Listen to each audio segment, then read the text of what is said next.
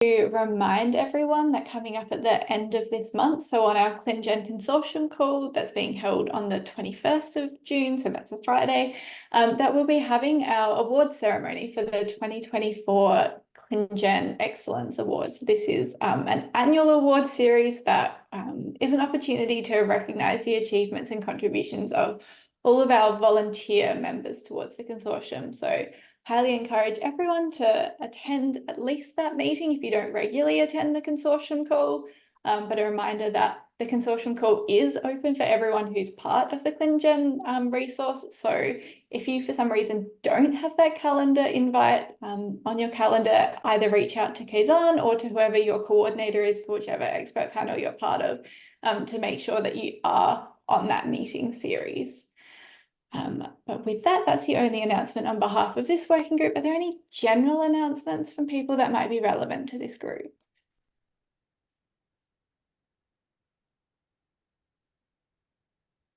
And if not, we do seem to have a sort of stable number of participants for the call, so we might get underway for the call today. So on the agenda today, we're being joined by Justyne Ross on behalf of the Hemostasis and Thrombosis GCEP. So continuing our kind of recent theme of spending some time exploring the work of groups internal to ClinGen. So with that, I will hand over to Justyne. Thanks, Alicia. Share.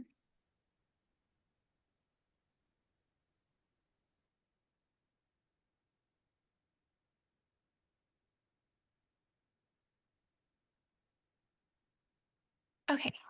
So as Alicia mentioned, I will be discussing the work of the Hemostasis and Thrombosis Gene Curation Expert Panel, or HTGCEP, as I will refer to it today. So I have been working with this group as a senior curator for several years now. So happy to present this overview and update for you all today. So this is our full GCEP membership. We've got 26 current and past members representing at least 16 institutions across 8 countries. And they're a really great group to work with. We were approved as the GCEP in July of 2019, so almost 5 years ago now. And yeah, it's just, I think, been really productive and pleasant group to work with. So hope you feel free to ask any questions throughout this presentation, and I don't think it'll take the full hour, so there will be time at the end for questions as well. So first, I wanted to start with a little bit of background in this disease area and the hemostatic balance. So under physiological conditions, a hemostatic balance is achieved through the effects of natural procoagulant and anticoagulant factors, which in equilibrium with each other provide hemostasis at the sites of vascular injury. The abnormalities of these hemostasis factors can result in a tendency toward hemorrhagic events, such as mucocutaneous bleeding, which can be spontaneous, or you could have prolonged bleeding following a procedure or after a trauma.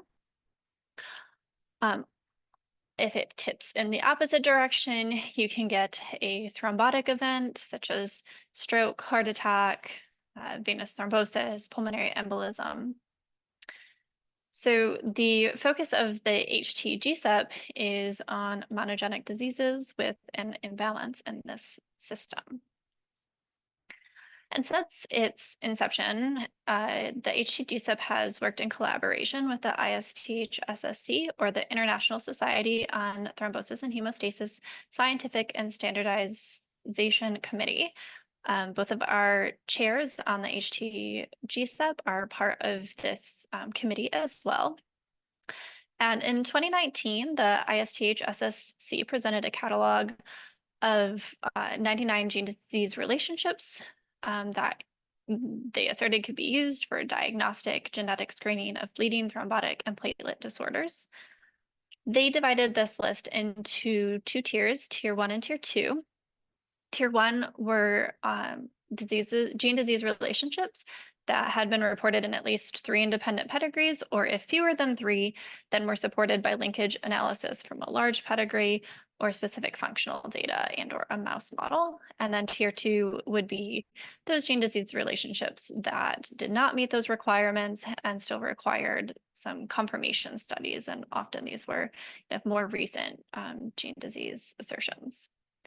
So this was kind of the jumping off point for the HT-GCEP, was to this list of genes that had been kind of triaged in advance by this ISTH-SSC. And one important thing to keep in mind is that this list is really well regarded kind of in this field, and what they put on their tier 1 gene list is really taken into consideration for what people put onto panels for hemostasis and thrombosis disorders. Specifically, one that they promote is the thrombogenomics high throughput sequencing panel. And so they include all tier 1 genes on this sequencing panel. And so we have been collaborating with them. We've sought out this collaboration to provide ClinGen clinical validity classifications for these gene disease relationships. One of the goals is to improve interpretation of results from this and other sequencing panels. So we have completed the curation of the tier 1 gene list. So as I said, they had 99 genes on their tier 1 list. We have curated 89 of them. 10 of them were removed from the list. One was the PIGA gene, or PIGA. We did a pre-curation on this gene and determined it to be outside of our scope for 2 reasons. It's the only somatic condition that they included on their list, and we're focused on germline monogenic disease. And also, while there is an associated risk of thrombosis, it's not primarily a thrombosis disorder. It's a paroxysmal nocturnal hemoglobinuria. So we took this one off. It's kind of outside of our scope. And then we had 9 genes that were already complete at the time we began, or were on the gene list for another GCEP, where it would be more appropriate for the other GCEP to be the primary curator. So I've included those 9 genes here and which GCEPs curated them.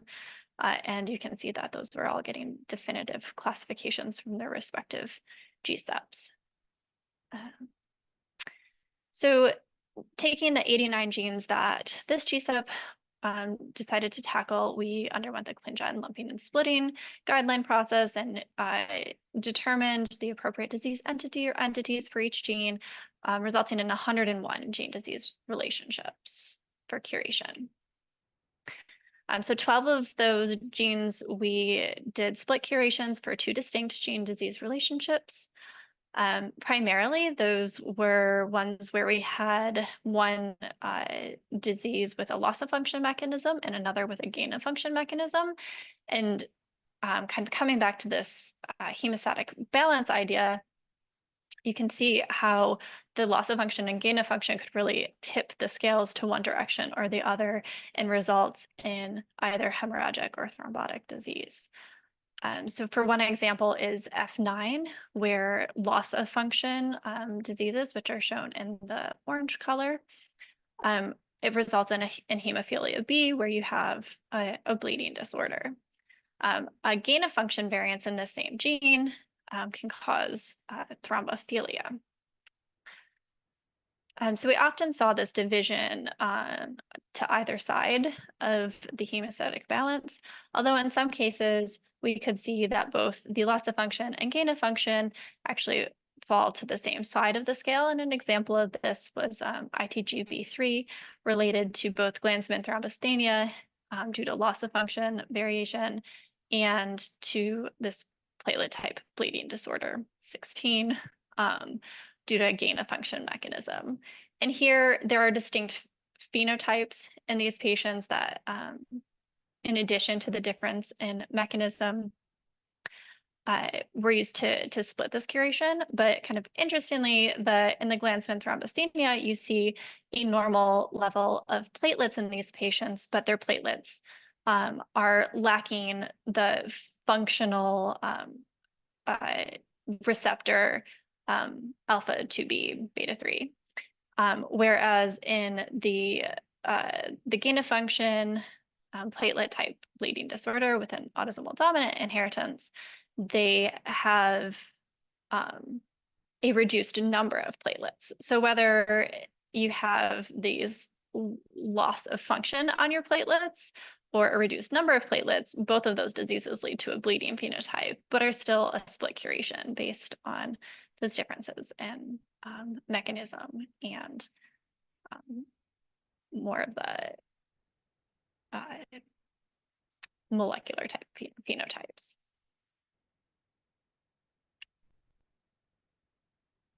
Taking a look at our overall 101 clinical validity classifications, which we published earlier this year, we had 68 definitive curations, 26 moderate, and 7 limited, which lines up very closely with the percentages since we had a nearly even 100 genes.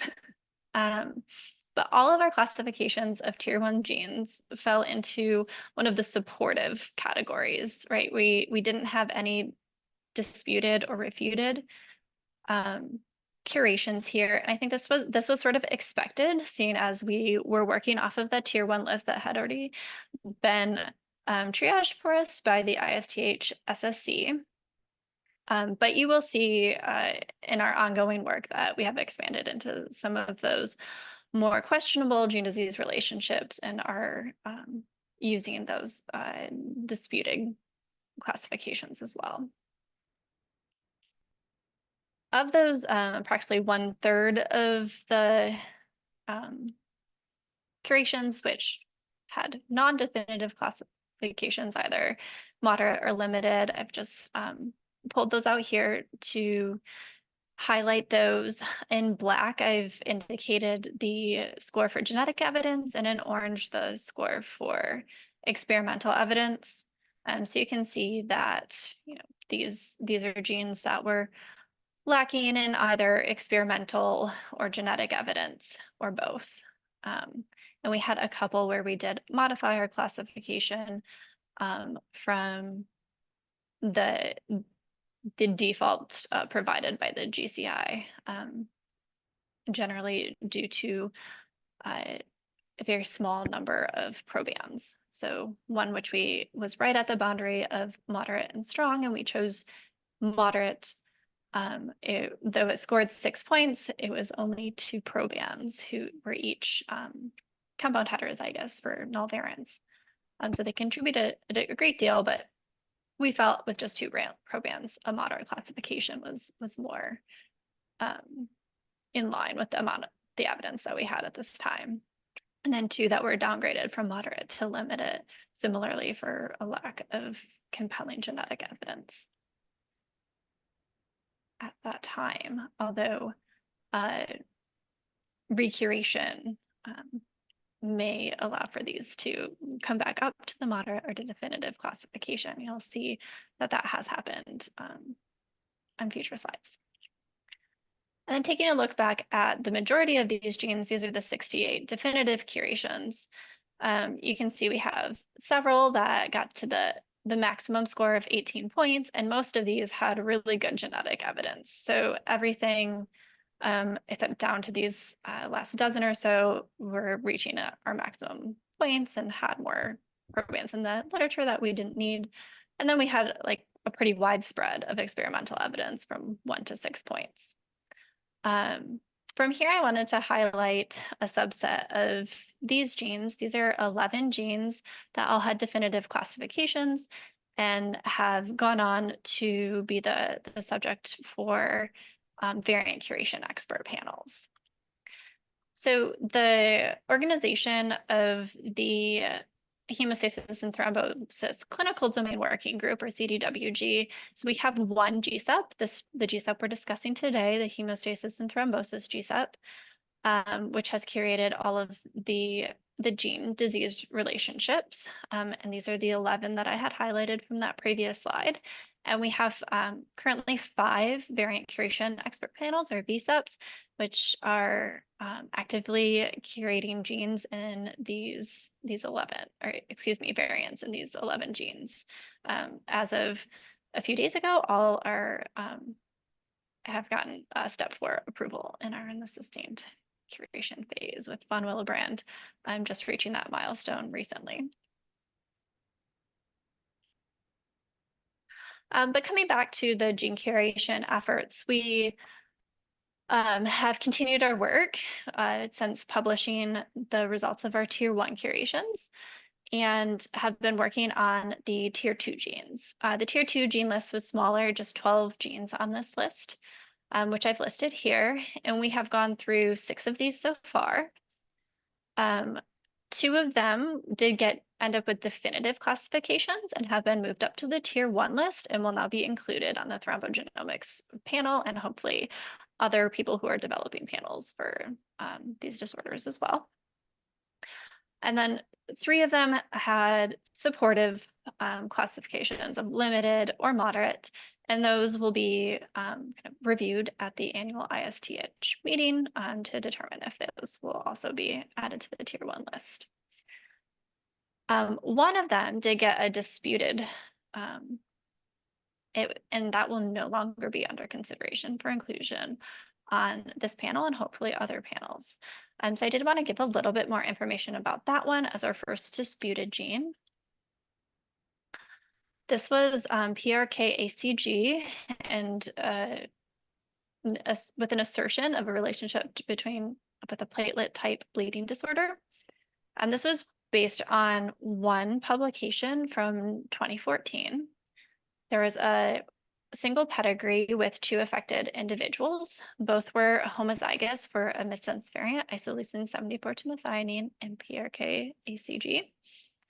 And they had a defective proplatelet formation. So you can see this is the patients with the mutant, and down here the wild type.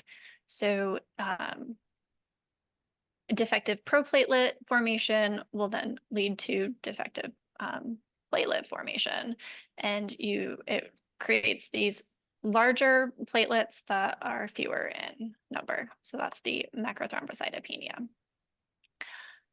So based on this information, the authors asserted that the macrothrombocytopenia was due to this missense variant, and they felt that PRK-ACG was a good candidate because it does encode part of the catalytic subunit for the cyclic AMP dependent protein kinase A, which has substrates including filament A and GP1BB, which we know are present in megakaryocytes, which then produce platelets. So this seemed like it lined up, like it made sense that this missense variant could be causing this macrothrombocytopenia. And that's the assertion that they made. They did do exome sequencing on this patient and actually uncovered an additional homozygous missense variant in a different gene, GNE. It was a glycine 559 to arginine variant. And in the paper, at least, they kind of dismissed this pretty quickly as not being relevant to the macrothrombocytopenia, that GNE was known to be related to myopathy and sialuria, but not to thrombocytopenia. So they really just focused in on the PRK-ACG variant. And I think something worth noting is that they only looked at patient cells when they were looking at this defective proplatelet formation, something that's difficult to study in a transfection model, but attributing that entirely to this one missense variant and ignoring the other, that's kind of a cautionary tale here, because a few years later, GNA was in fact asserted to be related to macrothrombocytopenia, and we have curated that. And since 2018, there have been at least 10 cases reported of GNE-related macrothrombocytopenia, and we have given that a moderate classification. So with that in mind, we have disputed the relationship between PRKACG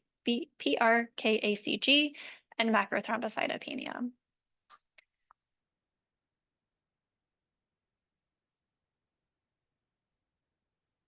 In addition to the tier 2 genes, in our ongoing efforts, we've also curated some requests from the community, requests that have been made either through the ISTH SSC or directly to the HT GCEP.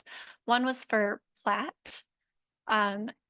This was a request that came in through the ISTH group, that they had individuals inquiring with them about if they were going to include this gene on either their tier 1 or tier 2 lists, and based on its relationship to thrombophilia. In this case, we ended up disputing that classification as well, which allows the ISTH to kind of have somewhere to point people to show them, like, no, actually, this will not be included on our list, and here is a curation you can look through to understand why. In this case, it was primarily a lack of evidence more than what we saw in the previous case, where we had contradictory evidence, and essentially the only evidence in this one was 2 rare missense variants with an assertion for autosomal dominant thrombophilia. There had been no functional studies on these variants, and we scored them each at a minimum of 0.1 points, but that was the extent of our genetic evidence at 0.2, and we just didn't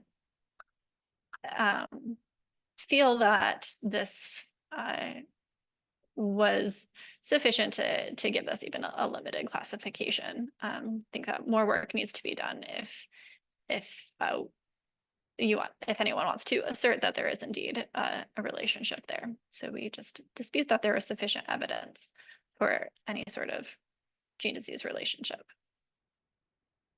The other was for this GDF2 gene, which is has a relationship with HHT, which is one of the VSEPs under the HT-CDWG. So that was an additional gene that may be of interest to that VSEP, and they may consider adding that to their scope in the future. But right now it is at a moderate, not a definitive classification. So taking a look further into our genes that did not reach a definitive classification in their first round of curation, we've been focusing a lot of our efforts this year on recuration, and we have recurated 27 out of those 33 limited and moderate curations from our tier 1 list that was published earlier this year. So 3 of those were initially moderate, 3 were initially limited and 24 moderate. Out of those, 11 had new evidence, while 16 did not. So those 16 remained in their original classifications. But of the 11 that did have new evidence, 5 of them were upgraded. So 1 moved from limited to moderate, and 5 moved from moderate to definitive. So I've highlighted here those 6 genes that have changed due to our recuration process. And just briefly indicated the type of new evidence that was used to increase these curations to the higher, moderate, or definitive levels. So each of them had at least 1 new case. AP3D1 had been really close to that, the line between limited and moderate previously, and we had actually chosen to modify down to limited. But now with 1 additional case plus a mouse model, we did accept the moderate classification on this one. Serpini1 had been really close to that moderate to definitive line, and just 1 additional case bumped that over. We had several cases for this ITGA2B with the gain of function mechanism. THPO, we had 2 cases plus a zebrafish. for the loss of function mechanism and 3 cases for the gain of function. And then this last one here for F12 with a gain of function leading to an angioedema disease, we actually had 24 additional patients, which more than doubled what we had previously. There was a single paper that published at least 20 of those. And then I think there were 2 other papers with just 1 or 2 patients. But importantly, we also had a new functional evidence that allowed us to increase the scores on these variants at the variant level. As a gain of function disease, we often see that there are fewer variants. There might just be a handful of different missense variants that are causing that disease, and that can sometimes make it difficult to get up to the higher point scores. So it was really important that we had that functional evidence that allowed us to score those at a higher level and confirm that those were gain of function and not loss of function variants.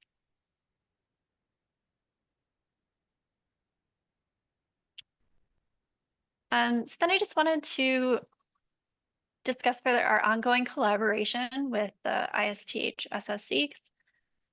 So I think this has been like a really mutually beneficial relationship where they have these this triaged list for us that we then provide these clinical validity curations for. And we also both take in community requests that we share between the groups. The tier 1 on the ISTH SSC is really important because that helps determine the makeup of that thrombogenomics panel and other panels in the field. And of course, our curations influence that list and then also influence the work that is done by our VSAPs when we've been able to give definitive classifications to those genes. And when we do provide those classifications for our VSEPs, one of the reasons that's important is because the VSEPs are provided with guidance to specify for genes that have definitive or strong curations, and this allows to follow the ACMG guidance that you can classify variants within those genes anywhere from the benign to pathogenic classification, whereas genes with lower levels of evidence will be limited to less certain classification, so moderate only at likely pathogenic or limited at VUS. And this has also helped us to, when we do have moderate and limited classifications, to provide that information to those individuals using the thrombogenomics panel. And while those might all be tier 1 genes where we're providing a limited or moderate classification, they would want to take that into account in their interpretations.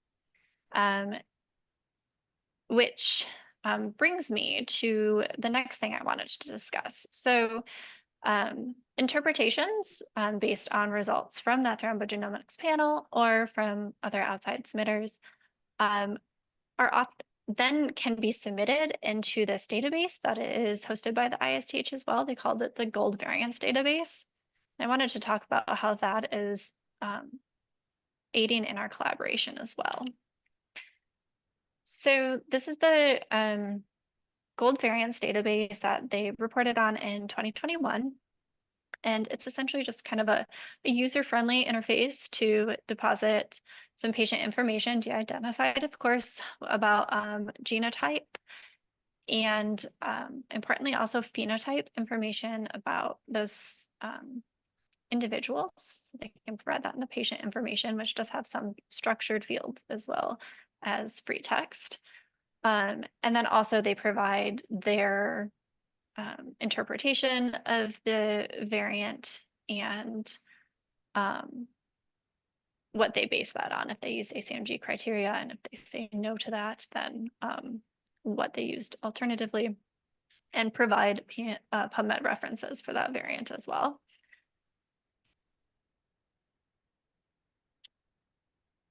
So those submissions come in through users of the thrombogenomics panel and other submitters, and then we have access to this database, and that can actually aid us in our gene or variant curation.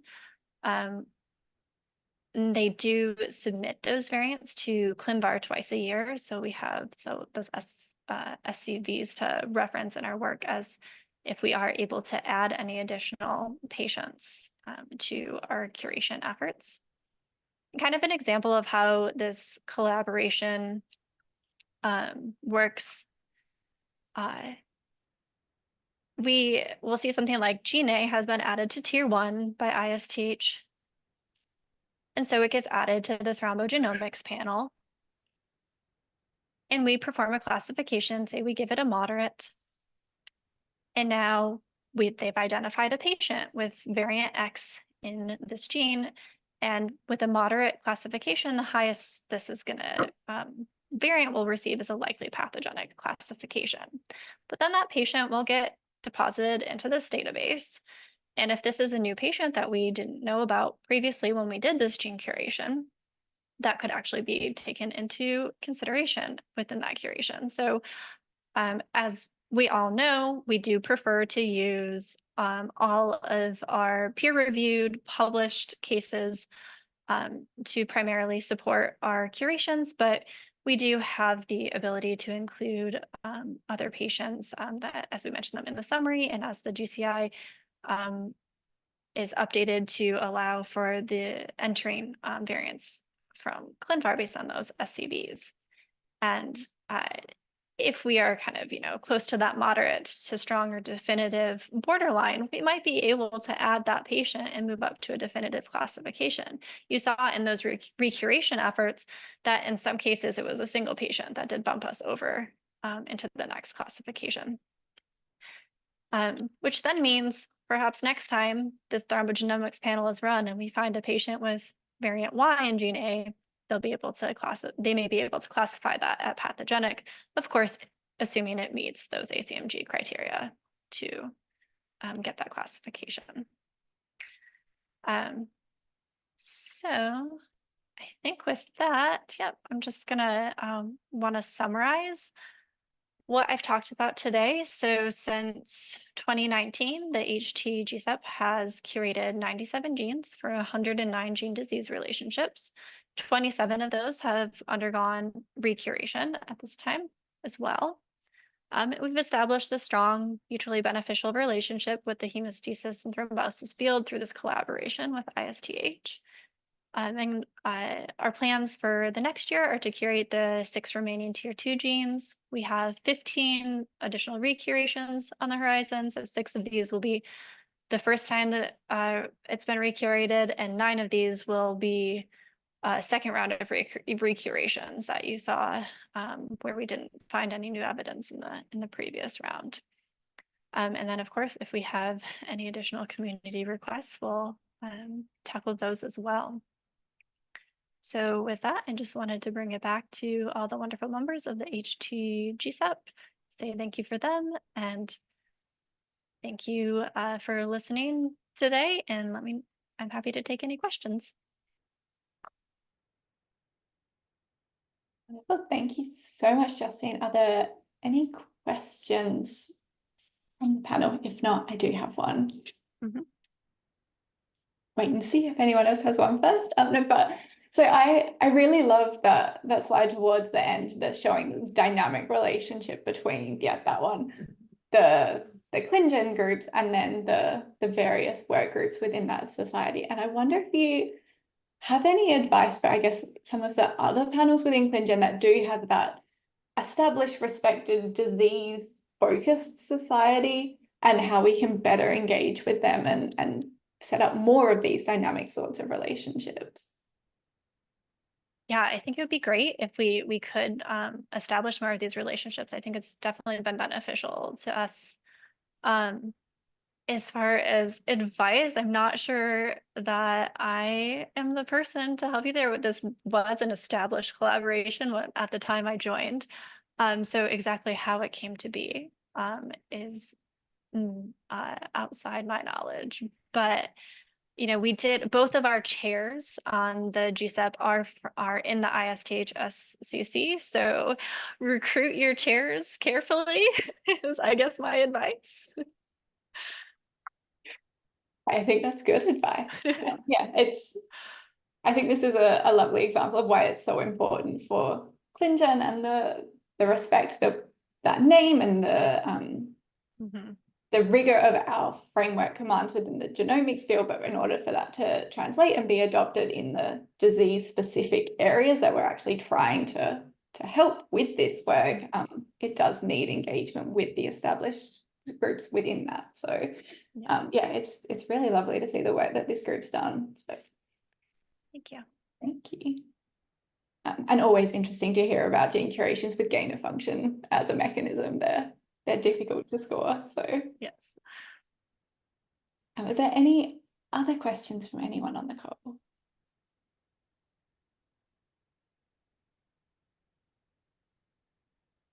If not, we can wrap up today a few minutes early and people can have 15 or so minutes back to their day.